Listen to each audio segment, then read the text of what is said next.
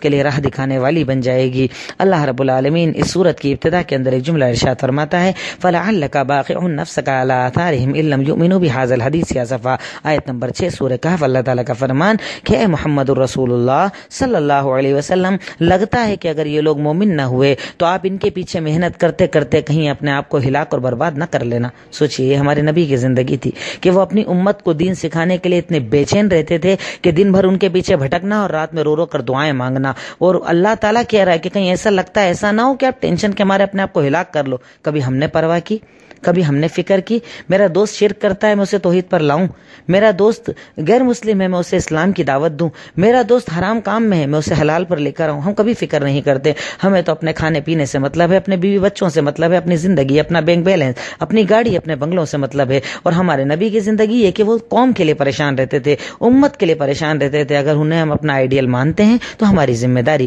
کہ ہم بھی قوم کے لیے پریشان رہیں، اپنے آس پڑوسیوں کے لیے، ان کے دین کے لیے، ان کو اچھائی سکھانے کے لیے کوشش کریں، کچھ وقت اپنی اس خود غرضی کی زندگی سے نکالیں قوم کے لیے، دین کے لیے، شریعت کے لیے۔ اللہ رب العالمین نے سورت کے اندر ایک واقعے کا ذکر کیا ہے۔ کہف کہا جاتا ہے غار کو، اللہ تعالیٰ نے ذکر کیا۔ اگر آپ تفسیر کو اٹھا کر دیکھیں تو لمبا تفصیل سے آپ کو واقعہ مل جائے گا۔ ایک قوم تھی،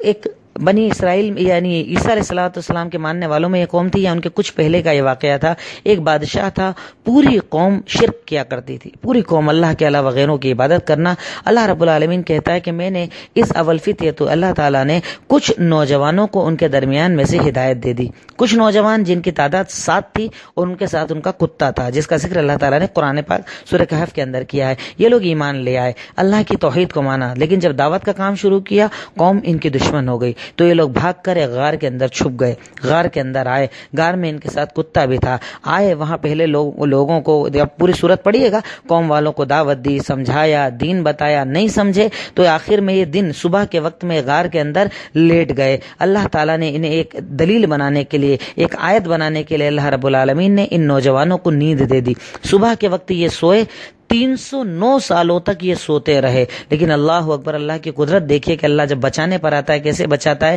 کہ 309 سال سوتے رہے۔ اللہ تعالیٰ نے سورج کا ڈائریکشن چینج کر دیا تھا، یعنی سورج ایسا غروب ہوتا تھا، ایسا نکلتا تھا کہ اس کی دھوپ ان لوگوں پر نہیں پڑتی تھی تاکہ ان کے جسموں کو کوئی تکلیف نہ ہو۔ اسی طریقے سے نیند میں اللہ نے ان کو کروٹ لینے کی طاقت دی تاکہ ان کے جسموں کو جانور نہ کھا سکے، اور ان کے ساتھ جو کتا تھا اللہ نے اس کو بیٹھے بیٹھے اس انداز میں نیند دی کہ اسے دیکھ کر کوئی اندر نہیں آتا تھا کہ ارے کتا ہے مطلب کہیں ہمیں کاٹ نہ لے، اس ڈر کے مارے کوئی اندر بھی نہیں آتا تھا۔ اللہ اکبر، یہ ڈرتے تھے، خوف کھاتے تھے کہ قوم ہمیں مار ڈالے گی، غار میں آ کے چھپے۔ اللہ نے ان کو 309 سال تک نیند دے دی، اسی حال میں یہ لوگ سوتے رہے۔ صبح کے وقت سوئے تھے، 309 سال بعد شام کے وقت ان کی جب نیند کھلتی ہے یہ لوگ پریشان، پوچھتے ہیں کتنا سوئے؟ کہا تھوڑے دیر سوئے ہیں، صبح سوئے تھے شام ہو گئی ہے۔ کہا جاؤ باہر جا کر دیکھو لیکن چھپ کر جانا، بادشاہ کے آدمی اگر تمہیں پہچان لیں گے تو کہیں سزا نہ دے دے، کیونکہ بھوک لگ رہی ہے، کھانا پینا چاہیے۔ تو ان کے پاس کچھ چاندی کے ورقکم، جیسے کہ قرآن کی آیت میں ذکر بھی، ان کے پاس کچھ چاندی تھی، یا تو ہو سکتا ہے اس زمانے میں چاندی کے سکے چلتے ہوں گے، لے کر وہ گئے بازار کے اندر کہ بھئی جا کر دیکھیں کچھ خریدے کھانے پینے کا لے کر آئے۔ اب جب وہاں پہنچے تو ان کے حساب سے تو شام تھی، لیکن وہاں تو 3 صدیاں گزر چکی تھی۔ جب لے کر گئے تو لوگوں کو تعجب ہوا، ارے 300 سال پرانے سکے کہاں سے لے آئے؟ تب انہوں نے بتایا کہ بھئی ہم ایسی سی قوم کے ہیں اور ابھی صبح کے ٹائم تو ہم سوئے تھے، ابھی شام ہوئی ہے۔ تب اللہ تعالیٰ نے ظاہر کیا کہ تم لوگ 309 سال سوئے، یہ اللہ تعالیٰ کا ایک معجزہ تھا، اللہ تعالیٰ کا انعام تھا کہ اللہ تعالیٰ نے تمہیں اتنا لمبا سلایا، اس حال میں یہ لوگ سوئے۔ اب اللہ تعالیٰ نے ان کی باتوں کو پورے زمانے کے اندر مشہور کر دیا، لوگوں نے آئے دیکھا۔ پھر غالباً ان کے انتقال کے بعد ایک معاملہ یہ ہوا کہ لوگوں نے پھر اختلاف کیا کہ جس غار میں یہ لوگ رہا کرتے تھے وہاں مسجد بنا دی جائے۔ بہرکیف اسلام کے اندر اس چیز کو حرام قرار دیا گیا کہ صالحین یا جو اچھے نیک لوگ ہوتے ہیں ان کی قبروں کے اوپر مسجد بنائی جائے، اسلام اس کا منکر ہے جیسا کہ اللہ کے نبی کا فرمان ہے۔ تو اسی کے اعتبار سے کچھ ان چیزوں کا اللہ تعالیٰ نے ذکر کیا۔ دیکھیے میں نے اس واقعے کو بڑا مختصراً ذکر کیا ہے کیونکہ اگر میں تفصیل سے ذکر کروں گا تو لمبی بات ہو جائے گی، اور میں چاہتا ہوں کہ آڈیو اتنی چھوٹی رہے کہ ہر آدمی کے لیے سننا آسان رہے، اس لیے میں اس کو چھوٹا چھوٹا پیش کرتا ہوں۔ تو بہرکیف اس واقعے کو آپ پڑھ سکتے ہیں، تفسیر کی کتابوں میں ہے، قصص النبیین کے اندر یہ واقعہ تفصیل کے ساتھ موجود ہے۔ اللہ رب العالمین اس کے بعد سورہ کہف آیت نمبر 49 کے اندر ارشاد فرماتا ہے وَوُضِعَ الْكِتَابُ فَتَرَى الْمُجْرِمِينَ مُشْفِقِينَ مِمَّا فِيهِ وَيَقُولُونَ يَا وَيْلَتَنَا مَا لِهَذَا الْكِتَابِ لَا يُغَادِرُ صَغِيرَةً وَلَا كَبِيرَةً إِلَّا أَحْصَاهَا وَوَجَدُوا مَا عَمِلُوا حَاضِرًا وَلَا يَظْلِمُ رَبُّكَ أَحَدًا۔ بڑی سخت یہ آیت ہے۔ ہم لوگوں کو جب رمضان کا مہینہ چل رہا ہے، اللہ کی قسم اس آیت کے بارے میں ایک بار غور کرنا، اللہ رب العالمین ارشاد فرماتا ہے ووضع الکتاب، قیامت کے دن اعمال نامے جب تمہارے سامنے کھول کر رکھے جائیں گے، ووضع الکتاب، اعمال ناموں کو کھول کر رکھا جائے گا، فَتَرَى الْمُجْرِمِينَ مُشْفِقِينَ مِمَّا فِيهِ، اس دن آپ دیکھیں گے کہ وہ لوگ جنہوں نے جرم کیے ہیں، حرام کاریاں کی ہیں، گناہ کیے ہیں، اللہ کو ناراض کیا ہے، نمازیں چھوڑی، زکوٰۃ نہ دی، روزے نہ رکھے، ماں باپ کو ناراض کیا، بے پردگی کی زندگی گزاری، فحاشی کی زندگی گزاری، ایسے لوگ اس دن ڈرے ہوئے ہوں گے مما فیہ، اس اعمال نامے کو دیکھنے کے بعد کیا کہیں گے؟ یقولون، وہ کہیں گے یا ویلتنا، ہماری بربادی، ما لہذا الکتاب، اس کتاب کو کیا ہو گیا ہے، لا یغادر صغیرۃ ولا کبیرۃ الا احصاها، اس نے تو اللہ تعالی ہمارے چھوٹے چھوٹے گناہوں کو بھی لکھ دیا ہے، ہمارے بڑے بڑے گناہوں کو بھی لکھ دیا ہے، ووجدوا ما عملوا حاضرا، جو بھی عمل کیا ہوگا اس دن وہ ہمارے سامنے کھول کر رکھ دیا جائے گا، ولا یظلم ربک احدا، اور یقیناً تمہارا رب کسی پر ظلم کرنے والا نہیں ہے، اللہ تعالی ظالم نہیں، اللہ تعالی ظلم کرنے والا نہیں۔ سوچئے کل روز قیامت کیا ہوگا کہ میں نے کتنا دل کے اندر کینہ رکھا، حسد رکھا، بغض رکھا، عناد رکھا، لوگوں کے لیے دشمنی رکھی، نہ جانے چھپ کر کتنے گناہ کیے جسے میرے علاوہ اللہ کے سوا کوئی نہیں جانتا، لیکن میرے اعمال نامے میں لکھا ہے۔ میں بے فکری کی زندگی جیتا تھا کہ کس نے دیکھا، کون جانتا ہے میری حرام کاری، لیکن وہ وحدہ لا شریک، وہ اللہ رب العالمین جو ہمارا خالق ہے، جو سمیع ہے، وہ بصیر ہے، وہ علیم ہے، وہ کبیر ہے، اس سے ڈریے، اس کا خوف دل میں رکھیے کہ اگر قیامت کے دن اعمال نامہ جب رب العالمین کے سامنے کھولا جائے گا تو انسان اس دن چلا چلا کر کہے گا کہ اللہ یہ تو میرے چھوٹے چھوٹے گناہ ہیں، تو نے تو اسے بھی لکھوا دیا، اللہ یہ میرے بڑے بڑے گناہ ہیں یہ بھی لکھے ہوئے، اللہ میں نے تو ایک گالی ہی دی تھی نا، میں نے تو ایک بار حرام کاری ہی کی تھی نا، میں نے تو حرام روزی ہی کمائی تھی نا، اللہ میں نے تو ماں باپ کا دل ہی دکھایا تھا نا، اللہ میں نے تو اس کو گالی ہی دی تھی نا، میرے چھوٹے چھوٹے اعمال میرے سامنے ہوں گے، میرے چھوٹے چھوٹے گناہ میرے سامنے ہوں گے۔ سوچیے اس دن اللہ کے عذاب سے کون بچائے گا؟ اس لیے ایک بندہ مومن کو اس بات سے ڈرنا چاہیے کہ اللہ تعالیٰ قرآن میں کہتا ہے ما یلفظ من قول الا لدیہ رقیب عتید، تمہاری زبان سے کوئی حرف نہیں نکلتا، کوئی لفظ نہیں نکلتا، لیکن وہ اللہ کی طرف سے لکھا جاتا ہے۔ اپنے اعمال نامے سے ڈریے، منکر نے اپنے اعمال نامے سے ڈرتے ہوئے کرامن کاتبین سے ڈریے، ان فرشتوں سے ڈریے جو ہمارے اعمال ناموں کو بھر رہے ہیں، لکھ رہے ہیں، نہ جانے کتنے گناہ اس کے اندر بھرے ہوئے ہیں، نہ جانے کتنی خطائیں اس کے اندر بھری ہوئی ہے۔ ابھی بھی وقت ہے،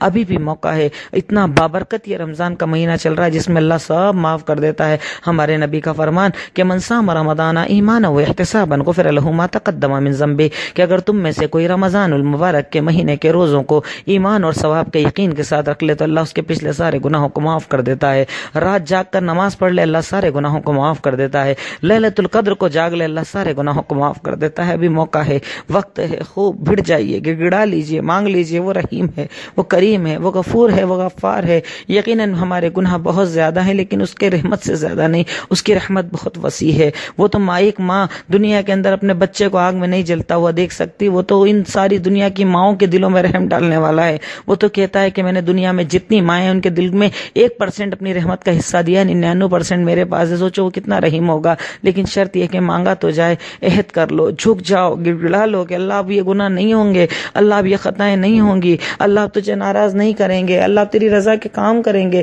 اللہ تعالیٰ جتنا ہو سکے گا اپنی جان، اپنی طاقت، سب کچھ لگا کر تجھے راضی کریں گے۔ اے وعدہ اولا شریک تو راضی ہو جا، اے اللہ تمہارے گناہوں کو معاف فرما دے، خطاؤں کو معاف فرما دے۔ اے اللہ ہم قیامت کے دن سے ڈرتے ہیں، اے اللہ ہم تیرے جہنم سے ڈرتے ہیں، اے اللہ ہم عذاب قبر سے ڈرتے ہیں، اللہ اگر تو پکڑ کرے گا تو کون بچائے گا؟ الہی مولا رب العالمین، خالق مالک رحمان رحیم، اپنے عذاب سے ہمیں محفوظ کر دے۔ اے اللہ اس قرآن سے محبت کو قبول کر لے، اس قرآن کو پڑھنے اور سننے کو قبول فرما لے۔ اے اللہ تعالیٰ تیرے دین کی محبت کو قبول کر لے۔ اے اللہ اپنی رحمت کے سائے میں ہمیں جگہ دے دے۔ اے اللہ ہمیں میدان محشر کی سختیوں سے بچا لے۔ اے اللہ ہمیں جنت الفردوس میں جگہ عطا فرما۔ السلام علیکم ورحمۃ اللہ وبرکاتہ۔